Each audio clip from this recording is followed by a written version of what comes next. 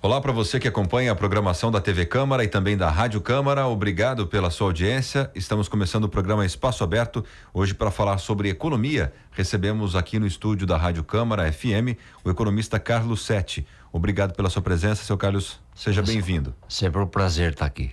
Muito obrigado.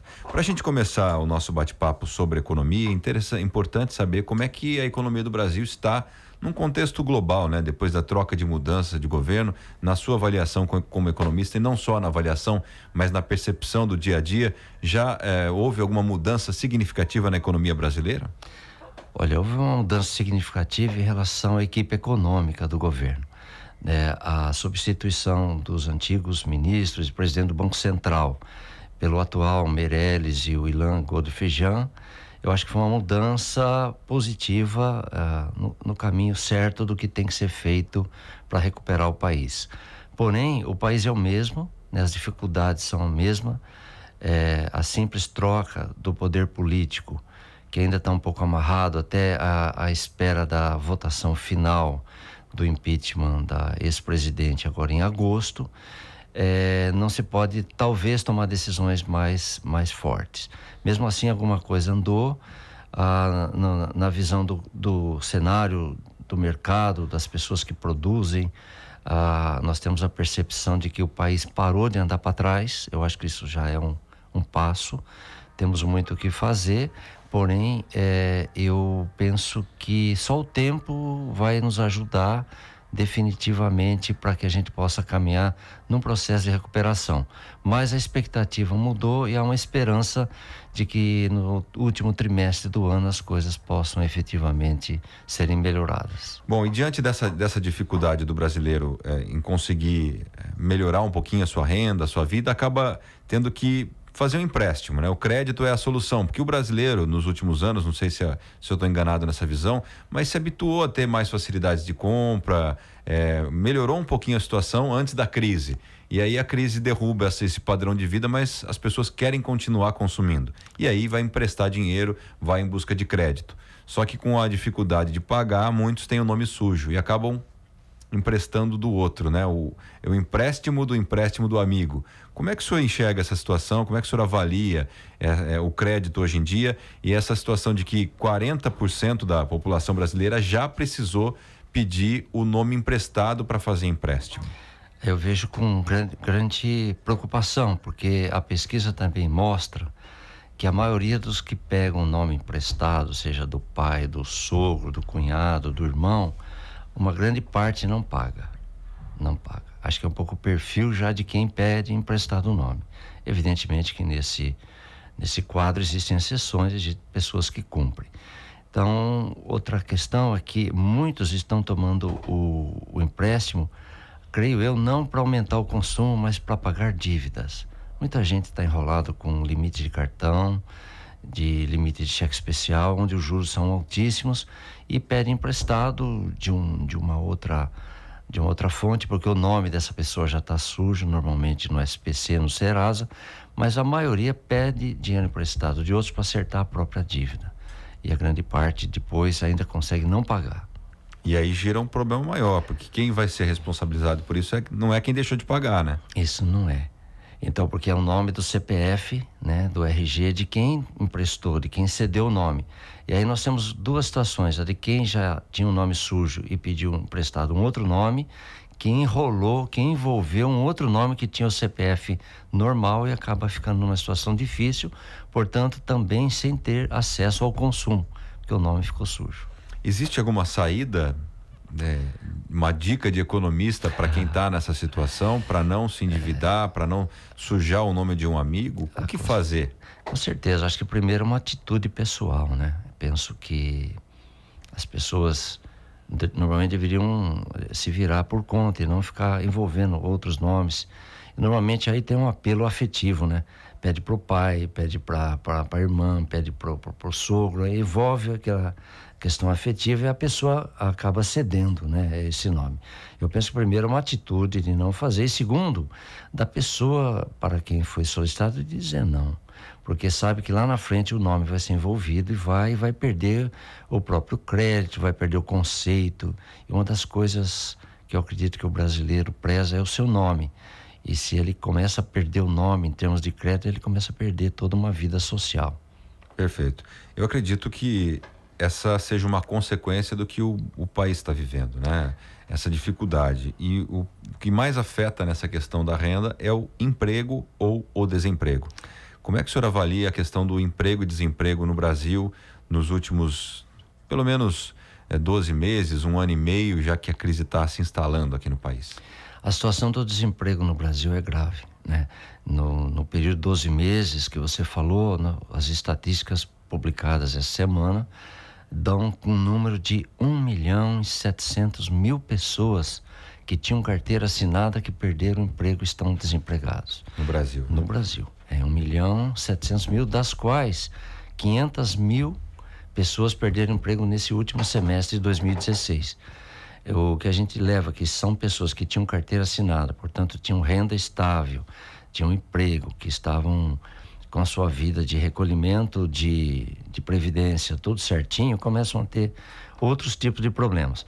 Além de que, por exemplo, essa pessoa, se tivesse um carnê de pagamento, né, ou se tivesse algum limite de utilização de um cheque especial, ela ficou sem condição de liquidar. Aí pode ser que caia na mesma questão da sua pergunta anterior, que toma o nome emprestado para começar a resolver problemas de dívida. Eu vejo com muita gravidade, não vejo uma mudança de cenário no curto prazo, por exemplo, segundo semestre de 2016, que resolva essa questão. É uma questão muito mais longa para ser resolvida e é uma questão estrutural no país. E aí a taxa de desemprego crescente, mas com tendência de estabilidade em alta, ela leva a uma diminuição do consumo, né? Porque as pessoas não têm mais recursos para consumir. E se eu não consumo, a economia não alavanca, né? Então você vê muitos comerciantes e prestadores de serviços industriais numa situação difícil, porque não há venda, né? Não há faturamento, porque não tem o consumidor no mercado com condições de comprar e fazer o giro da economia. Então eu vejo com muita seriedade, vejo alguma melhora disso para 2017, vai depender muito do acerto da política econômica nesse segundo semestre. Existem algumas ações que o senhor acredita que possam ajudar a economia a entrar no rumo novamente? O que é esperado por vocês, economistas, por vocês, diretores de empresa? Olha, a nível macroeconômico, eu acho que tem que começar por aí. Tem que ser acertado essa proposta do Meirelles de teto no gasto público. Acho que o ponto de partida dos problemas atuais brasileiros é o gasto maior do que a arrecadação. Quando eu tenho esse gasto, é como se fosse a nossa vida pessoal. Eu inflaciono o país, assim como eu estaria inflacionando a minha vida pessoal. E o governo tem atendido essa defasagem. Veja que ele publicou que esse ano o buraco é de 170 bilhões este ano e 139 para o ano que vem. Ele só tampa esse buraco se ele não conseguir voltar ao crescimento, portanto, a arrecadação de impostos via natural. Ele só vai tampar esse buraco colocando títulos dele no mercado, para ele poder ter o recurso e pagar os seus compromissos orçamentários, que já estão aprovados.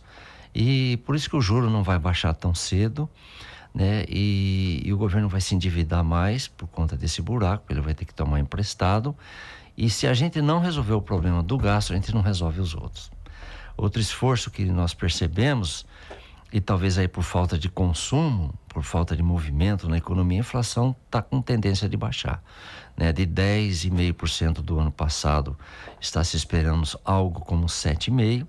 Na verdade, já caiu 30% a inflação, que não é pouco, porém por falta de negócio. Não tem movimento, não tem negócio, as pessoas baixam o preço para que eu possa então vender, e ao fazer isso a inflação derruba. É a pior forma de derrubar uma inflação, é você trazendo problema de recessão para um país. Mas isso, querendo ou não, é um fato, está acontecendo no Brasil, e provavelmente vamos entrar com uma inflação menor em 2017.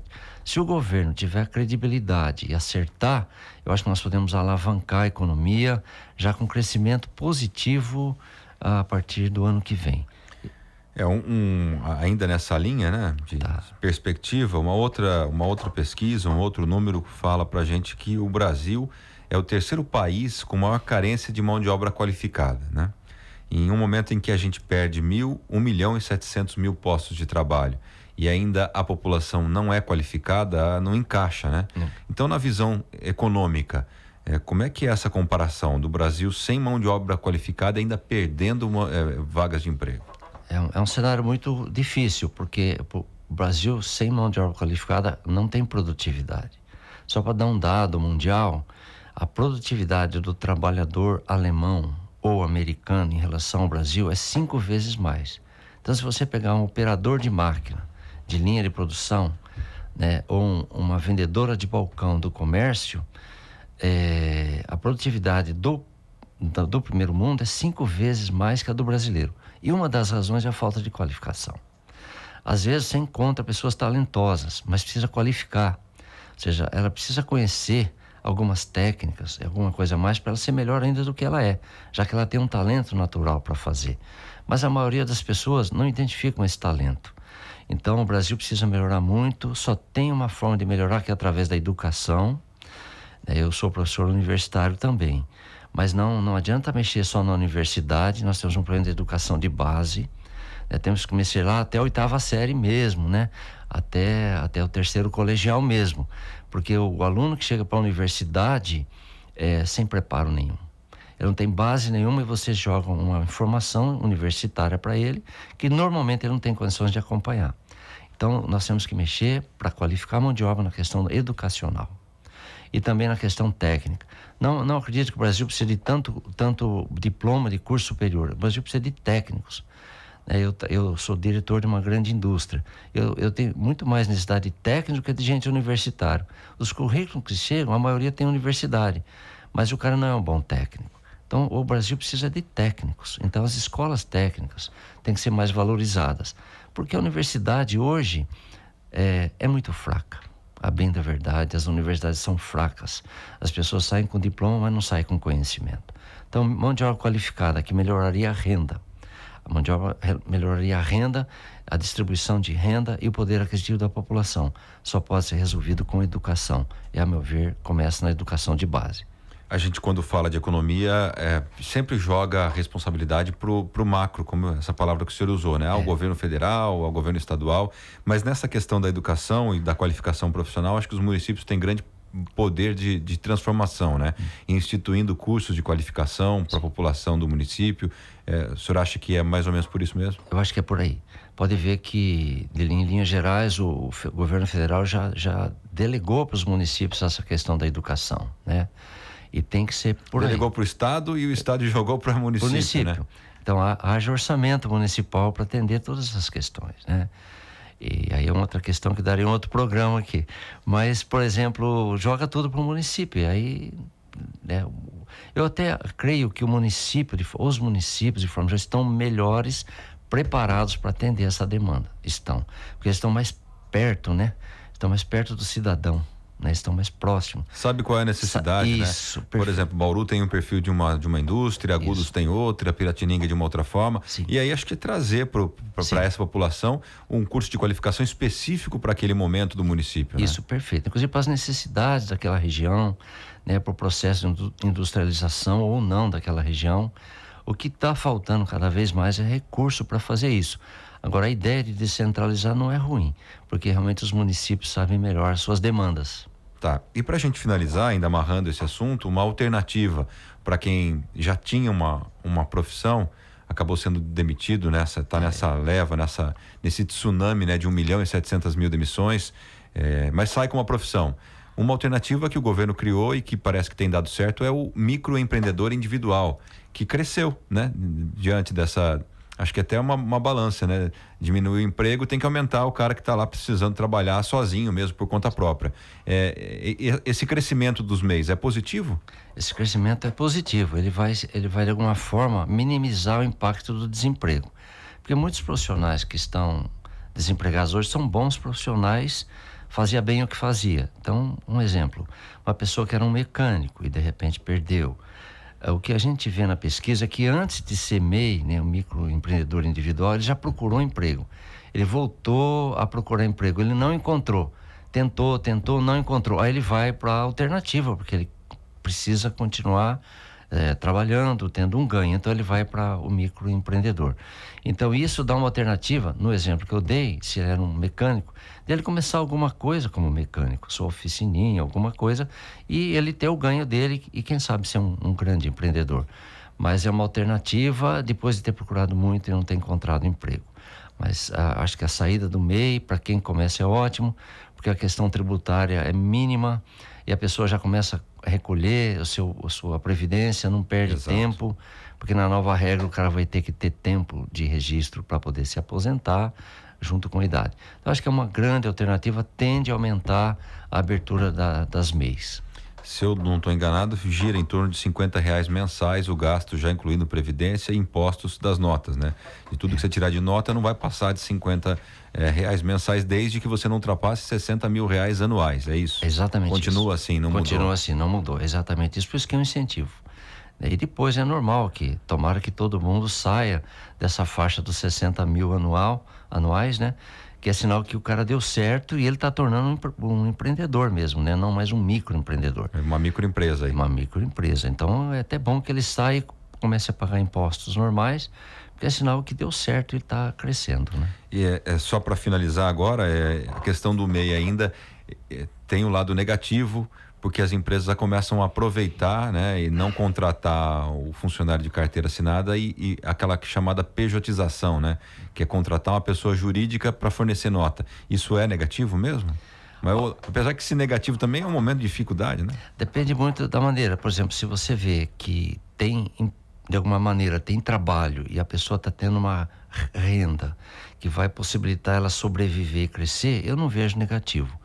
Agora, você sabe, nós estamos no Brasil, o Brasil é o país que abusa, né, das coisas. E vai ter sempre aquele empresário que vai abusar da situação. Isso não tem jeito, a cultura do país é dessa forma, lamentavelmente tem muito que melhorar. Vai acontecer, mas eu acredito que se você pôr numa balança entre os prós e contras, eu vejo muito melhor ainda, favorável, porque a pessoa está tendo uma renda, de alguma forma está gerando uma riqueza. E o futuro e o relacionamento vai melhorar muito isso daí. Mas que existe o risco, existe. Tá certo. Muito obrigado ao economista Carlos Setti, que mais uma vez colaborou com a gente aqui com as informações, com o conhecimento que o senhor tem. Muito obrigado pela sua presença aqui. Volte mais vezes, tá? Muito obrigado, eu que agradeço e a oportunidade, estou sempre às ordens. Tá certo. Muito obrigado a você também que acompanhou essa entrevista e até a próxima.